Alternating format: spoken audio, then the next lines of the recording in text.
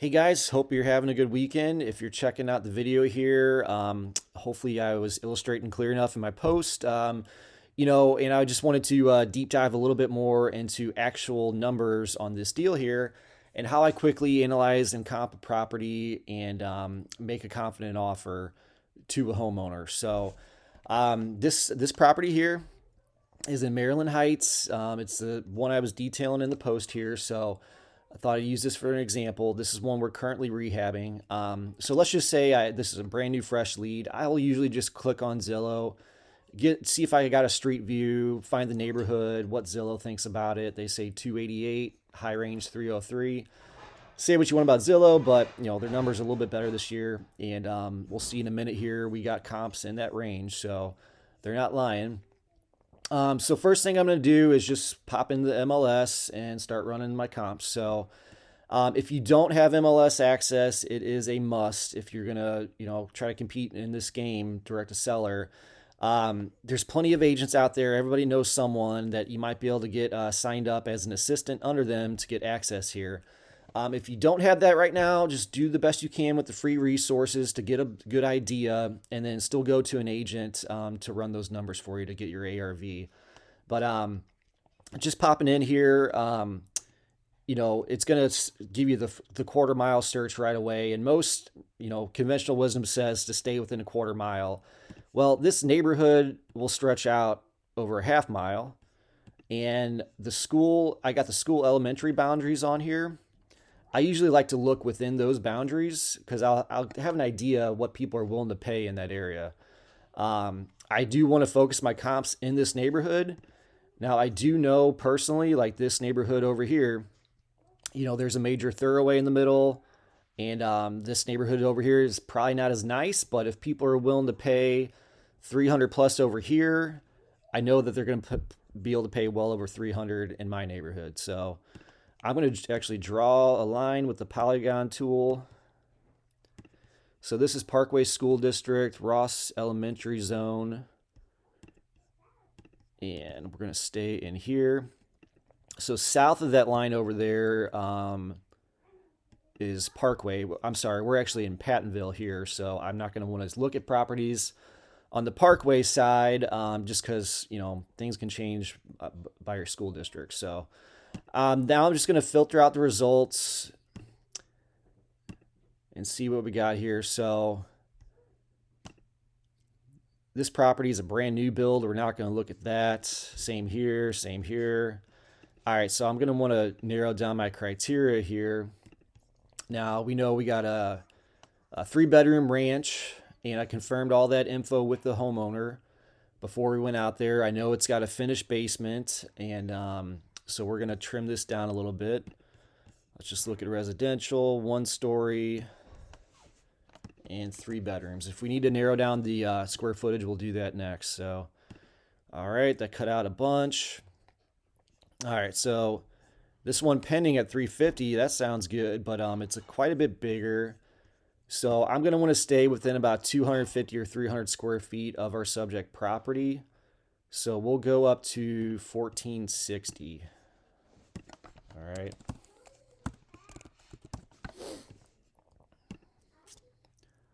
All right, let's see what that cut down. Okay, all right, now you see, now this property here is basically why I decided to be more aggressive on this deal. When I first looked at it, we were thinking that ARV might be 289, and this house actually came on the market while we were under contract with the seller, and it made us go back and rework our numbers and decided to borrow a little bit more on our rehab because we know that we got a 335 house, same exact model and layout. They have a carport versus us. We have a 1-car closed-in garage. And if you look at these photos, I call this a wholesale lived-in plus. It's not fully rehabbed.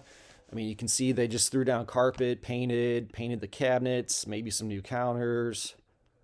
You got old tile in the bathroom still. Nothing crazy over the top, and this is our high sale in the neighborhood. And then we also have a finished basement like this. Nothing crazy, but extra living space That's always good. So that is our high comp right there. All right, we got 1,200 square foot, 317. That's good. 315. So this looks like a split level. I'll still consider it. If I didn't have a finished basement, I might kick this out. But, usually split levels don't sell as high as ranch homes. And this one's over 300. And this one's not rehabbed at all. I wouldn't say as is. It's probably, clean and functional. But you got stains in the hardwoods you see. You got, looks like a 90s era kitchen in there. Nothing, this is definitely not a rehab.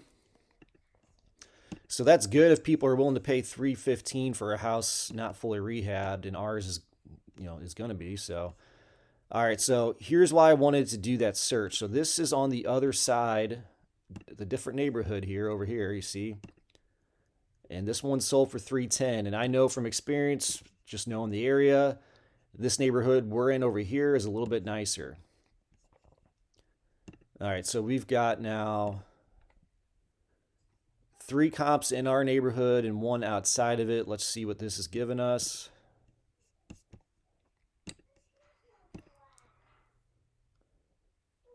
So I'm going to pull a CMA that's going to give me the breakdown and give me the averages here. All these comps on average is about $251 a square foot. And the average is $319. All right, so if I'm going to be conservative, I might go off that low comp. But look at the days on market here. Their average is 13. These homes sell very quickly. So we got let's call it $252 a square foot. Put that at our property. That would give it $292. That's pretty safe. But we know the 2 highest ones sold for $263 and $295 a square foot. So I'm probably going to use my numbers off of that median price range, and we're going to throw that into the calculator. So, don't need to overanalyze this here. I still, this is just for demonstration purposes, but I'm going to look at everything I'm pulling in here. I'm also going to look at the low end comps and see what those were selling for, because I'm buying this property as is. It needs a lot of work.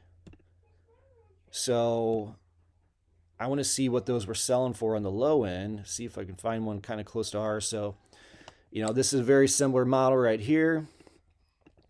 This is the highest comp that flipper bought it off on the market as is. And you can see they did not do a whole lot of work. It was pretty much a wholesale level rehab. They probably put, maybe 15 or 20 into it. All right, so, and I know this seller was asking for 180, 185. That's very reasonable considering an identical house sold on the market for 205. You take out the realtor commissions and concessions and everything, that's basically right back down to what, she's asking and what we're able to offer. So it gives us a strong case like, hey, if you're not wanting to go on the market, you're not going to want to pay commissions and all that. You're right in line with the bottom of the market, what people were willing to pay. So, all right, so let's look at our calculator here. So we ended up buying this property for 180, and I went off the 315 ARV to base my offer. I usually plan, for a 6-month hold on for majority of our rehabs. Most of our rehabs are. My goal is to complete the rehab in 90 days. If we're doing say this one here was a full cosmetic rehab, there are a couple bigger ticket items that had to be addressed, but it's not a full gut. We're not taking everything down to the studs. So I'm going to plan on it taking 6 months when I'm buying it, but I know I can probably get it done sooner. Let's put it at 4.5 months. All right, that just brought up my projection, several $1,000s there. And I like this on my calculator here. This kind of gives me my, target, my best case, my worst case scenario. So I know our highest comp is at 335. So we're probably going to list somewhere here in the middle when the rehab's all done. And I know, people are willing to pay 335 for an identical house that's not going to be as nice as ours when it's done. And at the worst case scenario, I got plenty of comps in the lower 300 range. So I know either way here, we're going to make a profit as long as we control our rehab and everything. So, and I got low days on market on all my comps. This is a great neighborhood. So, in this scenario here, with my purchase, my rehab, I'm all in at just under 80%. If you bump that up to the 335,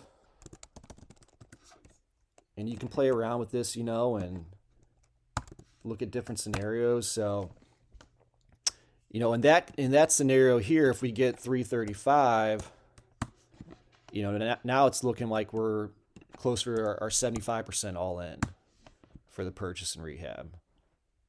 So, I play around with this, look at all kinds of different scenarios, plan for the worst, and then hope for the best, basically. So, um, when it comes to the rehab here now, let's look at what this property looked like when we first saw it. So that's how it's going here. And here's how it started. So this is before we started swinging hammers when we first looked at the house. They were using a old workout bench as a makeshift mailbox. So paying a couple $100 for a new mailbox. Here's the front. So the driveway is going to need some love. You know, a newer investor might say, oh, we might need to rip up this whole driveway. These cracks aren't terrible. After this is all cleaned up and power washed and caulk those cracks, we're going to eliminate any trip hazards. It's going to look a lot more presentable than it currently is. So that's what I'm going to plan to do here. One good thing about this house, it has a newer roof. We were told it's about 10 years old, and the windows are all vinyl. Those have been replaced. All right, so lived in house. It's not completely run down, but it's going to need some love. There hasn't been any updates really since she had been living there in the past 20 years. So I'm looking at new flooring. I'm looking at new doors, updating the bathrooms. So like stuff you can't really plan for. Like, okay, this bathroom is still being used, but you can see there's mold and mildew around the corners here. It's got a old 3-valve shower valve system. We'll need to replace that. So at a minimum, you're breaking that out. And if you're not going to do a full, blown rehab on the bathroom, you can replace those tiles, do the new valve, maybe spray the tile. But things that aren't going to show up, once we demo this bathroom, all the subfloors were like, they were about to fall through. They were so bad. So like, that's why you want to figure some contingency in your rehab budget. We'll go over that. All right. Not a good picture there. Some more doors. Basically, we're looking at all new doors here. All right, so here's a big thing here. This house just felt very kind of divided off. So we knew right away we wanted to do something to open up this space. So we were going to throw some money at some layout changes and some drywall repairs to be able to do that. You'll see in the progress photos, we took out this soffit, took out the wall oven there and put a standard range in. So we kind of made some small changes to accommodate for that.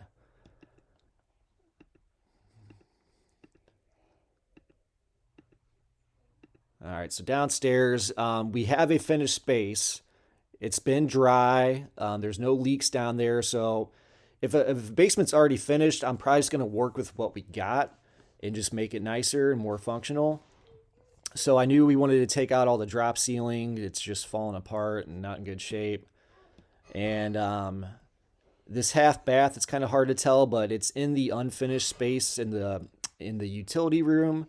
It wasn't plumbed properly, so we were going to eliminate that. And just, when you're newer, it's kind of hard to see through all the junk and the clutter. One thing that we've learned over time is definitely plan for a healthy clean out and demo budget. You're going to have several clean outs throughout the project. Your initial clean out, getting all the belongings out of there, and then all the trash that you accumulate throughout the rehab. And that stuff can add up.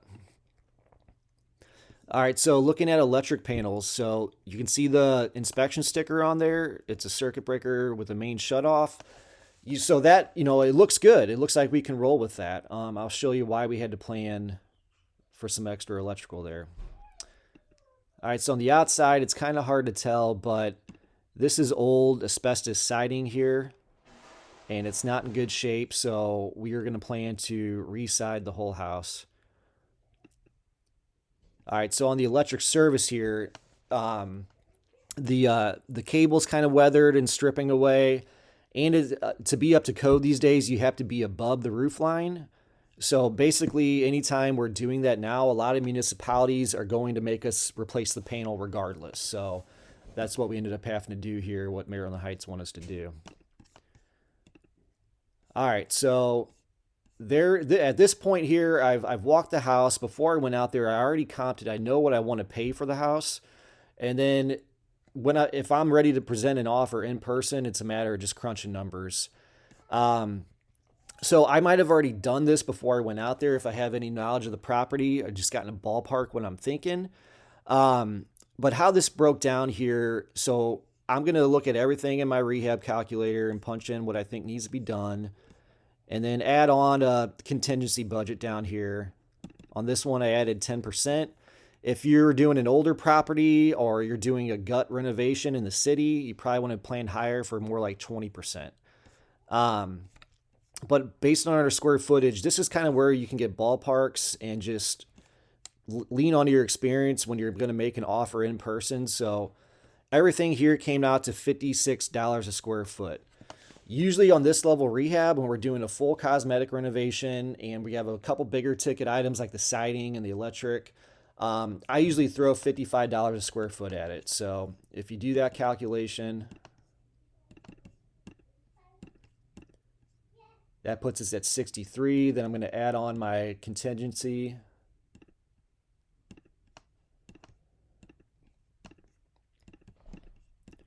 That puts us right at 70. I came in at 69. So a lot of cases, that ballpark number will get you to where you need to be.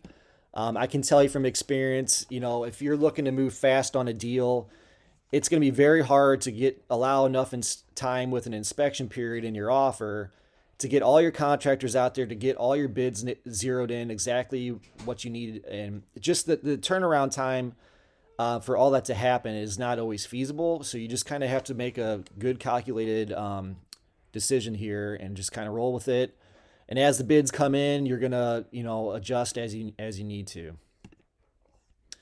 All right, so progress. Here's how it's been going.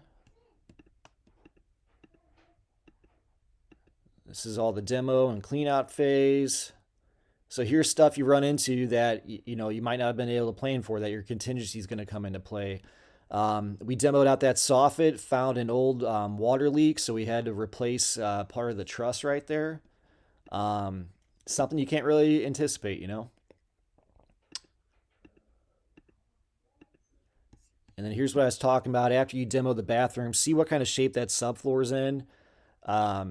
You can't always plan for that, but stuff to expect. And why it's better to just go in and start from scratch. You're going to uncover any old leaks and any old problems that need to be addressed and make it a better overall product. So we knew that plumbing was going to have to get addressed. That's going to be a whole new stack there. There's that electric mast raise like I was talking about to bring that up to code. All right, now we're in the drywall phase. All the plumbing and electric's been done and closed up now. And once you're to this phase, you pretty much are through all the surprises, unless some of the materials you were planning on came in higher than you expected. But during that demo and rough-in phase, that's when you're going to pretty much know everything it's going to take for the project. All right, so see how much that basement, how much better it looks now with all that drop ceiling out of the way.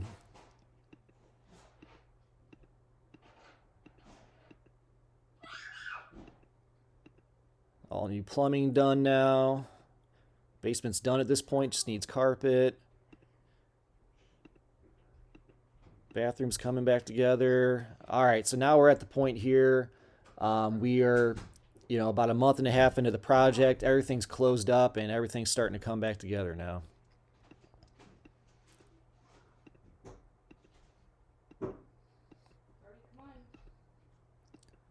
All right, and that's where we're at today. Kitchen cabinets are going in. We got a couple weeks left on the project, and it's going to be wrapped up and on the market. So, all right. So back to the calculator here. We ended up borrowing a little bit more than we originally anticipated. So we're gonna probably be a little bit over what we planned for, and probably be a couple grand out of pocket. We're gonna be right around 70 on the rehab, and we'll see what we end up getting here. But either way, um, since I bought this, with kind of some wiggle room where our worst case scenario, we're still gonna make money. Um, So that's it. Like I said, going back to having MLS access, that is going to be huge. So that would be my number one advice: get MLS access if you don't already. Find a good calculator that somebody else has developed and their numbers have gone into it. So there's there's some calculators out there from some gurus where they're not even flipping houses. So you want real numbers from people that are actually doing this out in the field. So get your MLS access, get you a good calculator, and then practice. If you're not marketing directly to seller yet currently, then just go look at houses on the MLS, go look at wholesale deals, run your numbers, make offers. And once you start doing your own projects, you're gonna develop your calculator over time. These numbers have changed over the years, and I got notes of stuff that are going into these numbers here. So just adjust your numbers as you go. But if you use that rough price per square foot calculator, so like I said, this project's about a $55 a square foot ballpark. If we're just doing more cosmetic, plumbing and electric and all the systems are good, you're probably gonna be closer to $35 a square foot if you don't have a bunch of exterior work. But this just takes practice, guys. Like I said, when I first started out, I was making dozens of offers every week. Over the first couple of years of my career, I looked at thousands and thousands of properties. It just takes time, but hopefully you can see here now, by having confidence in your analysis, you can make better offers and win more deals. So hope this was helpful. If you have any questions, please reach out, and I'll keep the group posted how this deal ends up turning out. So, all right, that's it. See you later.